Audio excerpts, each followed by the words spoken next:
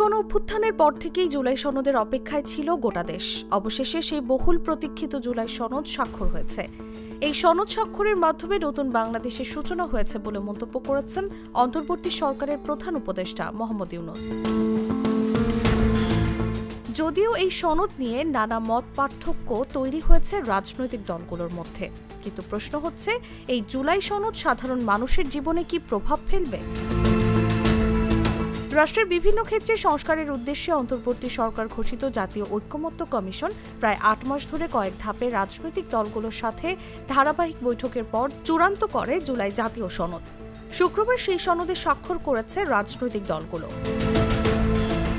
এই সনদে সংবিধান, নির্বাচন ও বিচার ব্যবস্থা, দুর্নীতি দমন সহ বেশ কিছু সংস্কারের সুপারিশমালা রয়েছে। তবে দীর্ঘ প্রচেষ্টার পর যে জুলাই সনদ চূড়ান্ত হয়েছে, সেখানে শ্রমিক অধিকার, শিক্ষা, স্বাস্থ্য, অর্থনীতি, নারীর অধিকার নিয়ে তেমন কিছুই নেই বলে মনে করছেন অনেকেই। স্বাভাবিকভাবেই জুলাই সনদ নিয়ে মানুষের মধ্যে যে আকাঙ্ক্ষা তৈরি হয়েছিল, তা অনেকাংশেই পূরণ হয়নি বলে মন্তব্য করছেন বিশ্লেষকরা।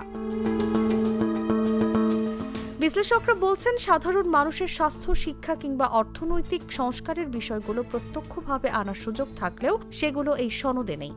ফলে জুলাই সনদ ঘিরে একেবারে প্রান্তিক ও সাধারণ মানুষের যে প্রত্যাশা ছিল, তা অনেকাংশেই পূরণ হয়নি।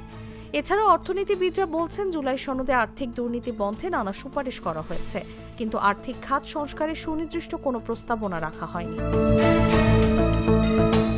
এমনকি সনদে শিক্ষা ব্যবস্থায় সংস্কারে তেমন কোনো সুপারিশ দেখা যায়নি। যুক্ত হয়নি নারী বিষয়ক সংস্কার কমিশন কিংবা শ্রম খাত সংস্কার কমিশন, যে সুপারিশ দিয়েছে তার কিছুই। বিশ্লেষকরা বলছেন, জুলাই সনদে এমন কিছু যুক্ত করা প্রয়োজন ছিল যা সাধারণ মানুষের চাহিদাকে কোনো না কোনোভাবে প্রবাহিত করে, কিন্তু সেটি তুলনামূলক কম হয়েছে বলেও তারা মনে করেন। তসলিমা তিথি, জাগো নিউজ।